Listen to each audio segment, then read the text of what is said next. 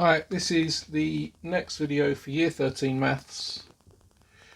We're looking at teaching for exercise 9i, and it's using second derivatives. Now this is looking at a range of points where we either have a concave function or a convex function, or indeed a function that at times is concave and at times is convex. Now concave and convex, the way that I remember this is a concave, you walk into a cave. This is the shape of a cave. So concave.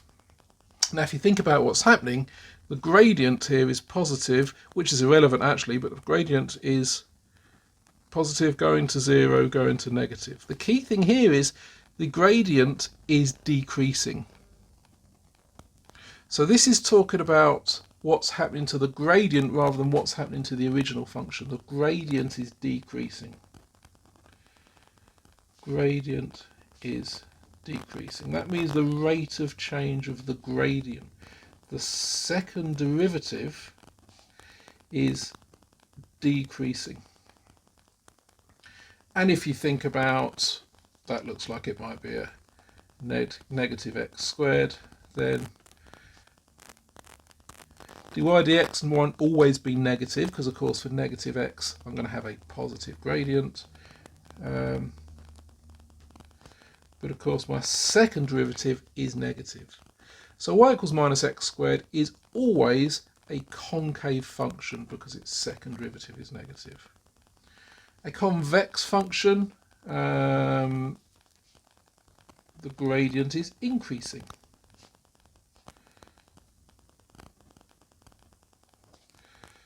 So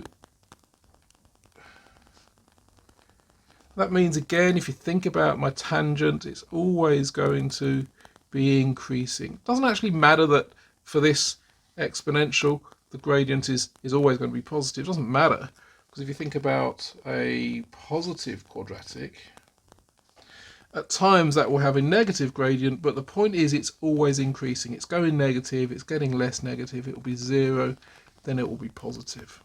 So the second gradient is greater than zero for a convex curve. My example here looks like it might be an exponential.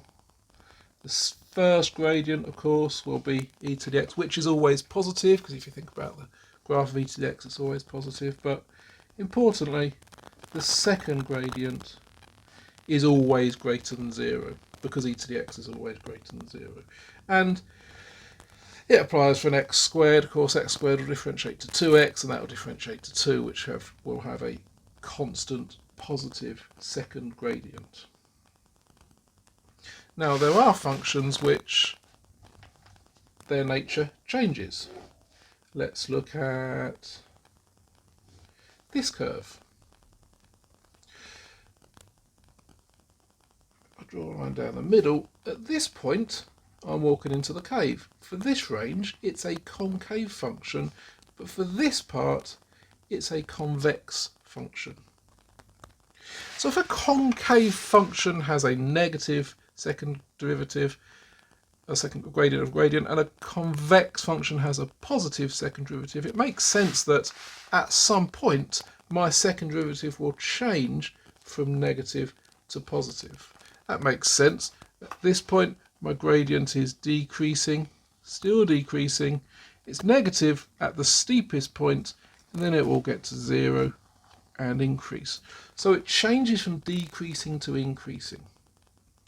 And of course, where it changes, the second derivative is zero, and that is a point of inflection. Now, we've seen points of inflection before. In year one, we saw points of inflection, and they were stationary points, and that makes sense. The definition is still the same, but a point of inflection doesn't necessarily have to be a stationary point. Of course, my gradient here is decreasing gets to 0 and then is increasing. And I can have a stationary point where my gradient is increasing, gets to 0 and then is decreasing. So a stationary point may or may not be a point of inflection. A point of inflection may or may not be a stationary point. So a point of inflection can be a stationary point that looks like this. It can be this point here where I change from concave to convex. And the stationary point then will be the steepest part in this region, the steepest part of this curve. So if I think about this curve, let's say it's the cubic x cubed minus 6x squared minus 9x.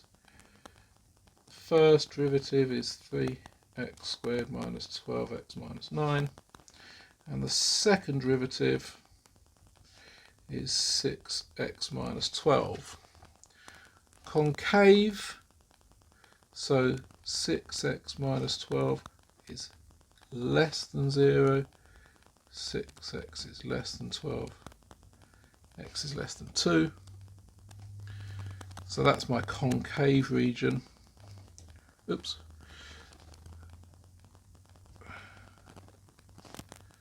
My convex region, 6x minus 12 is greater than 0, so x is greater than 2. Which means my point of inflection must be where x equals 2.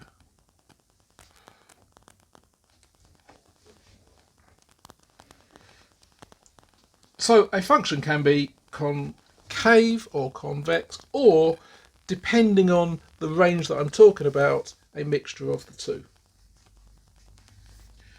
Example 26, straightforward enough. There's a cubic, find where it's concave. Well, we've just done that. Show that a function is convex. Okay, let's do that. So example 27.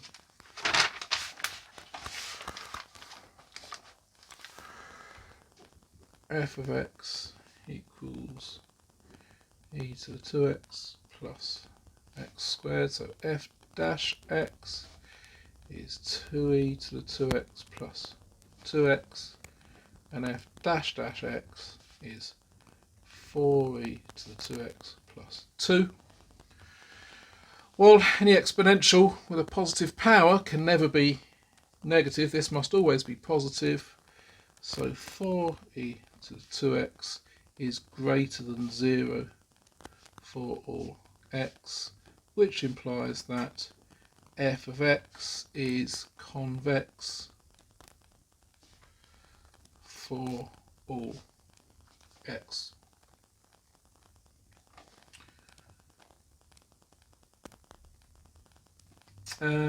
Example 28 gives me a cubic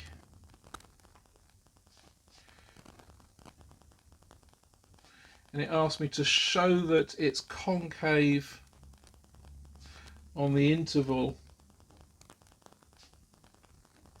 -2 to 0 and convex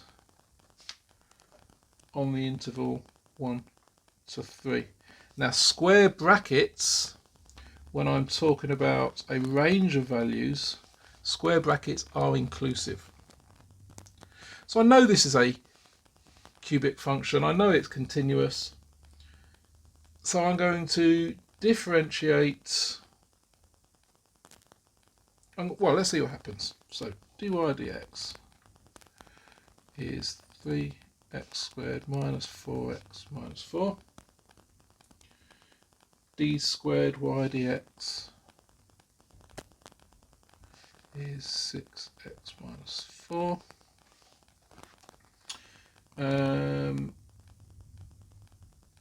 Let's set it equal to 0.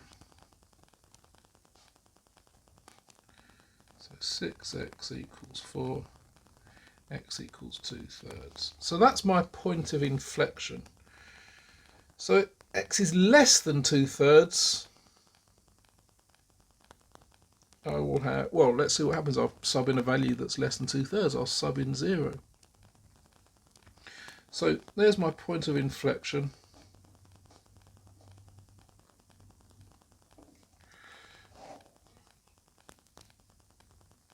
if 6x minus 4 is, for concave, I need it to be less than 0. So x is less than 2/3 is concave. Therefore, minus 2 to 0 is concave. Set it greater than 0, then clearly x has to be greater than 2/3. Therefore, 1/3. So that is concave. 1/3 is convex, which is what I was asked to prove. So I've found the point of inflection. Because my second derivative is linear, there's only one point of inflection. So if it's not at my point of inflection, every range must be either concave or convex.